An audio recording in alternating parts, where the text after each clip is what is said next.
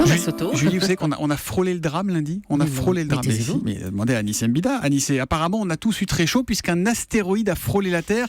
Et c'est le premier à avoir déclenché l'alarme d'un tout nouveau système de surveillance. Oui, il y a un système qui s'appelle Scout et qui commence tout juste à être testé par la NASA. Alors son rôle est simple. Dès qu'un télescope repère un objet qui bouge dans le ciel, il est placé sous surveillance. Sa trajectoire est recalculée toutes les heures et on donne l'alerte s'il y a un risque de collision avec la Terre. Et donc là, ça a sonné. Ça a sonné, il sera vraiment opérationnel que dans un an, mais ça a déjà sonné, donc ça marche un petit peu, puisque c'est lui qui a repéré le petit astéroïde dont vous parliez et qui a calculé qu'il passerait très très près de la Terre, mais qu'il n'y aurait pas de collision. Alors quand vous dites très près, ça veut dire combien? Quelle distance? Un peu moins de 500 000 km, alors ça paraît beaucoup comme ça, mais si on regarde bien, c'est un petit peu plus que la distance Terre-Lune, donc il nous a vraiment frôlé.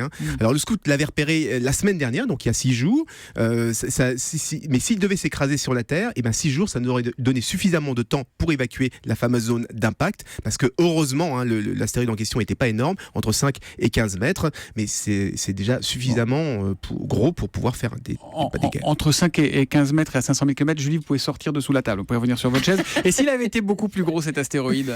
Comme celui qui avait anéanti les fameux dinosaures par exemple, on s'inquiète. Oui. La bonne nouvelle, c'est qu'on l'aurait repéré des années, voire des dizaines d'années avant. La mauvaise nouvelle, c'est qu'on n'est pas encore prêt pour de trouver, on n'a encore rien trouvé pour nous protéger. Les premiers tests commenceront qu'à partir de 2020. Et on sait par exemple que l'Agence spatiale européenne, l'ESA et la NASA travaillent sur une sorte de vaisseau kamikaze qu'on enverrait s'écraser sur l'astéroïde pour dévier sa trajectoire de quelques centimètres, parce que quelques centimètres d'écart, sur des milliers de kilomètres, ça serait peut-être suffisant pour le dévier de la trajectoire de la Terre, d'où l'importance d'avoir un système d'alerte qui nous prévient le plus tôt possible. On a eu chaud. Merci beaucoup Anissé Mbida.